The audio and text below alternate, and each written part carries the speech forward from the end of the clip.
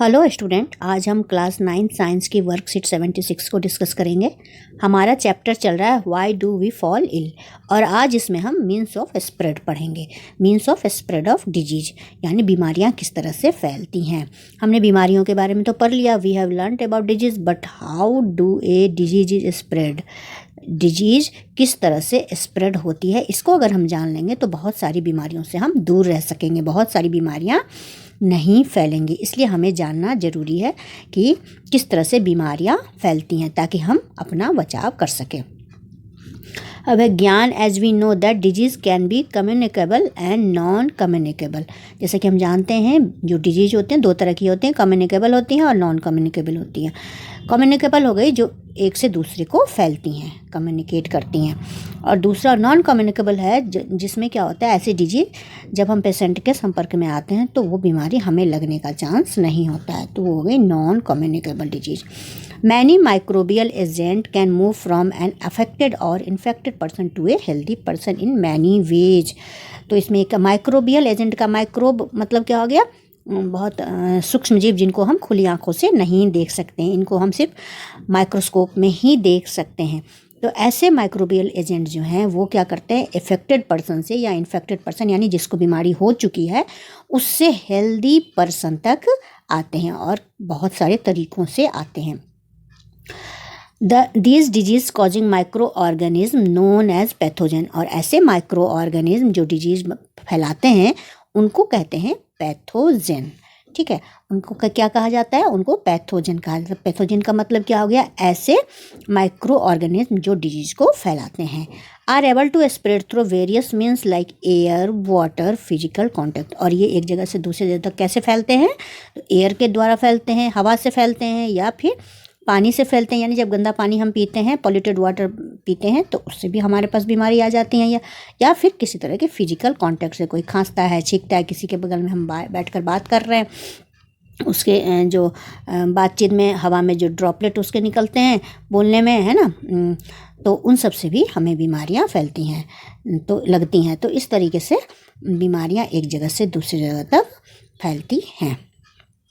इसके अलावा एक पॉइंट और दिया है, the means of spread also affect the area and pace at which a disease spread. और मीन्स ऑफ स्प्रेड जो होता है यानी एयर, वाटर, फिजिकल कॉन्टैक्ट, इनकी वजह से बीमारियां फैलती हैं और पूरा का पूरा एरिया जो है वो अफेक्टेड हो जाता है। और पेस मतलब गति, मतलब किस गति से बीमारी फैलेगी ये इस पर निर्भर करता है कि वो कौन से मीन्स से, कौन से तरीके से फैल रही हैं। Means of spread of the infectious disease. अब देखते हैं कौन कौन से तरीके से बीमारियां फैलती हैं। इन्फेक्शियस और communicable disease can be spread from an infected person to a healthy person by different agencies, means और मोड्स। ये क्या क्या मोड्स, कौन कौन से तरीके, कौन कौन से हैं बीमारी फैलने के। पहला है थ्रू कंटामिनेटेड एयर। अगर एयर पॉल्यूटेड हो, एयर में कंटामिनेशन हो, तो उससे भी बीमारी एक जगह से दूसरी जगह तक फैलती है, एक इंसान से दूसरे इंसान तक फैलती है। क्या क्या है, बाय स्नीजिंग, है ना, स्नीजिंग छींकते हैं, कफ यानी खांसी करते हैं। The microbes spread into air and enter the body like common cold, tuberculosis, pneumonia. तो छींकने, खांसने, इन सब से क्या होता है, जो माइक्रोब्स होते हैं, जो बैक्टीरियाज होते हैं, ये हवा में आते हैं और हवा में जो स्वस्थ व्यक्ति है उसके शरीर में ये इंटर करते हैं। इसका एग्जाम्पल दिया हुआ है, क्या क्या एग्जाम्पल है, जैसे कॉमन कोल्ड, है ना, किसी सर्दी जुकाम वाले के पास बैठकर हम बातें करते हैं तो हमें कॉमन कोल्ड हो जाता है ना। या फिर टीबी है, टीबी के मरीज़ को भी बिल्कुल अलग रखा जाता है ना। निमोनिया, ये सारी बीमारियां जो हैं वो कंटामिनेटेड एयर से होती हैं। दूसरा है थ्रू कंटामिनेटेड वाटर, मतलब प्रदूषित पानी पीने से। पानी अगर गड़बड़ है, पानी में किसी भी तरह का कंटामिनेशन है, माइक्रोब्स हैं उसमें, तो फिर हमें बीमारी लगेगी, यानी कि बीमारी को स्प्रेड होने का ये एक तरीका है। Microbes enter into our body by drinking and eating polluted and contaminated water, food etcetera. तो अगर हम कंटामिनेटेड पानी पीते हैं, गंदा पानी पीते हैं, तो उससे भी बीमारी आएगी। या फिर कंटामिनेटेड फूड खाते हैं, बाहर जाकर छोले कुलचे खाए, कुछ खा लिया, उसमें साफ़ सफाई का ध्यान नहीं रखा गया, उसमें माइक्रोब्स हैं, तो फिर क्या होता है, घर आते वॉमिटिंग, हम कहते हैं फूड पॉइजनिंग हो गया, तबीयत ख़राब हो गई, तो ये सब कंटामिनेटेड फूड लेने के कारण होता है। इसी तरह से कंटामिनेटेड वाटर से भी होता है। एग्जाम्पल है कॉलेरा, इसके एग्जाम्पल आप याद रखेंगे, है ना, कॉलेरा, अमीबिक डिसेंट्री, है ना, ये सारे इसके एग्जाम्पल हैं कंटामिनेटेड वाटर या फूड लेने के। तीसरा है थ्रो कंटामिनेटेड मेडिकल इक्विपमेंट। ये भी बहुत इंपॉर्टेंट है कि अगर हम कहीं इलाज कराने जाते हैं और कहीं नीम हकीम के पास चले गए, तो वहाँ पर अगर प्रॉपरली देख रेख नहीं है तो क्या होता है, फिर वो यूज़ सिरिंज लिखा हुआ है ना कि सिरिंज, एक ही सिरिंज का अगर बार बार इस्तेमाल किया जाए, किसी का यूज़ किया हो, उससे आपको सुई दी जाए या थर्मामीटर यूज़ किया हुआ हो या ग्लव्स वगैरह यूज़ किया हो, और मान लीजिए उसको कोई बीमारी हो जिस पेशेंट के लिए वो यूज़ किया गया, तो वो बीमारी फिर दूसरे को भी लग सकती है। उसके बाद है वेक्टर्स। वेक्टर्स क्या है? Some infected organism like dog, cats, monkey and mosquitoes spread the disease to a healthy person when they bite them।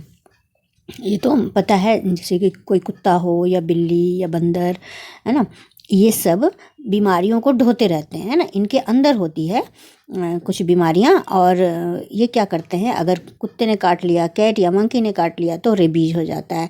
इसी तरह से जो मॉस्क्यूटो होता है, मॉस्क्यूटो के अंदर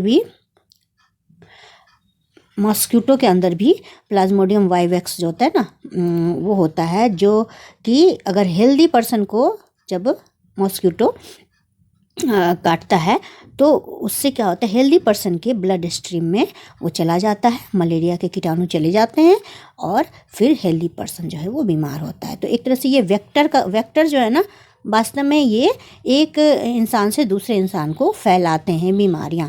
मतलब बीमारी जो होती है उसके माइक्रोब्स को वो आश्रय देते हैं, यानी उनके शरीर में होता है, और जिस किसी को भी वो काटते हैं तो उसको बीमारी हो जाती है। जैसे कि रेबीज है, जब भी कुत्ता वगैरह काटता है हम सबसे पहले सुई दिलवाने जाते हैं कि भैया पहले सुई लगाओ, क्योंकि रेबीज का डर होता है। मलेरिया हो गया मच्छर के कारण, डेंगू, है ना, येलो फीवर, ये सारी बीमारियां वेक्टर्स के थ्रू होती हैं। अब है थ्रू सेक्सुअल कॉन्टैक्ट्स। बहुत सारी बीमारियां जैसे कि सिफिलिस है, एड्स है, ये सारे अगर किसी भी इन्फेक्टेड पर्सन के साथ फिजिकल रिलेशन हो तो उससे हो जाती हैं। उस इंसान से जिसका कांटेक्ट हुआ है उसको बीमारी ट्रांसफ़र हो जाती है ना। इसको सेक्सुअली ट्रांसमिटेड डिजीज भी कहा जाता है। AIDS virus can also spread by infected blood transfusion and from mother to child during pregnancy. अब यह है कि सिर्फ फिजिकल कांटेक्ट के कारण ही नहीं होता, बल्कि एड्स जो है अगर ब्लड चढ़ाया जाए, खून चढ़ाया जाए, ब्लड ट्रांसफ्यूजन का मतलब खून चढ़ाना, तो अगर किसी इन्फेक्टेड पर्सन का खून चढ़ गया, एड्स है किसी पर्सन को, और उसका खून किसी स्वस्थ इंसान को चढ़ा दिया, तो फिर उसको एड्स हो सकता है, हो जाता है। और कई बार जो मदर जो है अगर वो एड्स से पीड़ित है और उसको जो संतान होती है तो उसमें भी एड्स होने का चांस रहता है।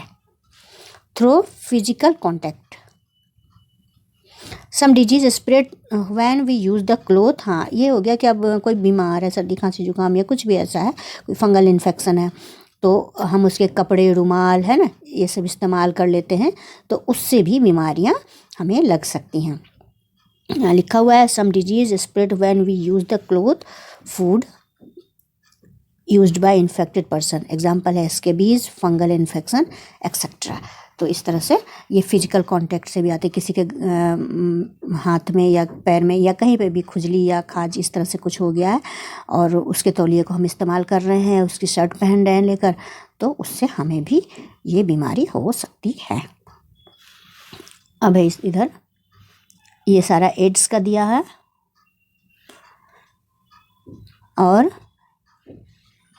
यहाँ कुत्ते का एग्जाम्पल दिया है कि ये किस तरह से रेबीज को फैलाता है एनिमल।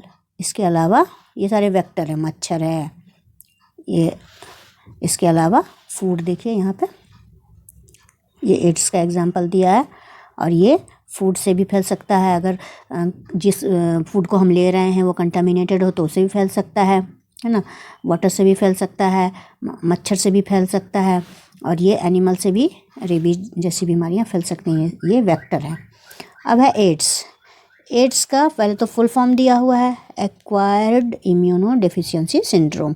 ये फुल फॉर्म बहुत इंपॉर्टेंट है, वेरी इंपॉर्टेंट, आप इसको याद कर लेंगे, ये फुल फॉर्म लिखने को आता है। कॉज क्या है? कॉज इसका retrovirus HIV human deficiency immuno virus.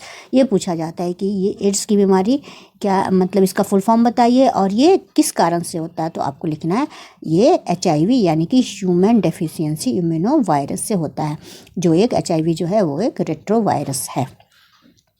अब है मेथड्स ऑफ ट्रांसमिशन, ये ट्रांसमिट कैसे होता है, मतलब एक पर्सन से दूसरे पर्सन को एड्स कैसे होता है। तो sexual contact, blood transfusion, use of infected needle blade from mother to the foetus. अब सबसे पहले तो सेक्सुअल कांटेक्ट, अगर किसी को एड्स है और उसके साथ फिजिकल रिलेशन है तो उसमें फिर उस पर्सन से दूसरे पर्सन को ये बीमारी आ जाती है। उसके अलावा ब्लड ट्रांसफ्यूजन, अगर इन्फेक्टेड पर्सन का ब्लड चढ़ गया, किसी स्वस्थ पर्सन को चढ़ा दिया गया तो ब्लड ट्रांसफ्यूजन के थ्रू ये उस पर्सन को लग सकता है, खून चढ़ाने से लग सकता है। उसके अलावा है निडल का उपयोग, निडल या ब्लड, मान लो कि सुई लगवाई किसी इन्फेक्टेड पर्सन ने और उसी सिरिंज का, उसी निडल का उपयोग कर लिया गया हेल्दी पर्सन को सुई लगाने में, तो उसे भी एड्स हो सकता है।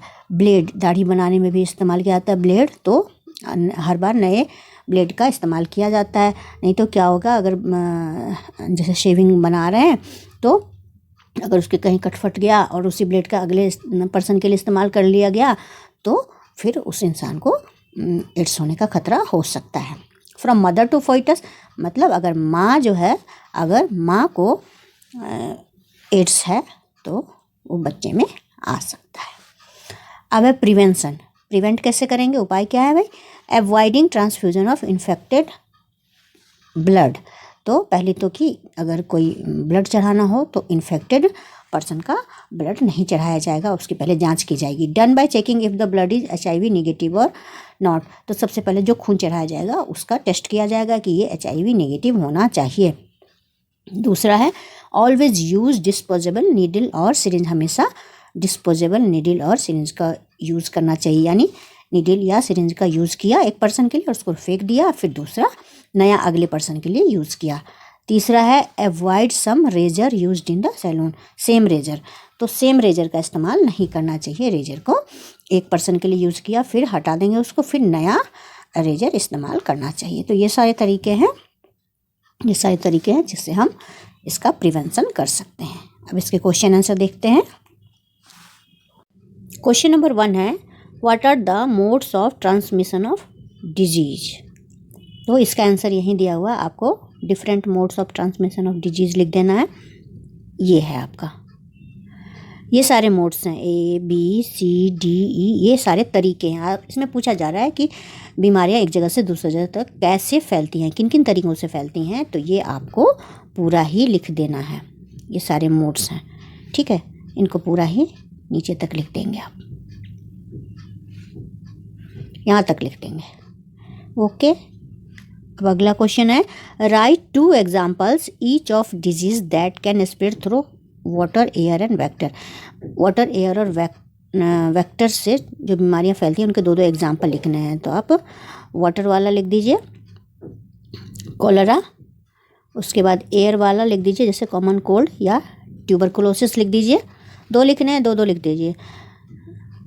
कॉमन कोल्ड, ट्यूबरकुलोसिस एयर से, वाटर का लिख दीजिए कोलेरा, अमोबिक डिसेंट्री, ये 2 लिख दिया, और वेक्टर से लिख दीजिए रेबीज़, मलेरिया।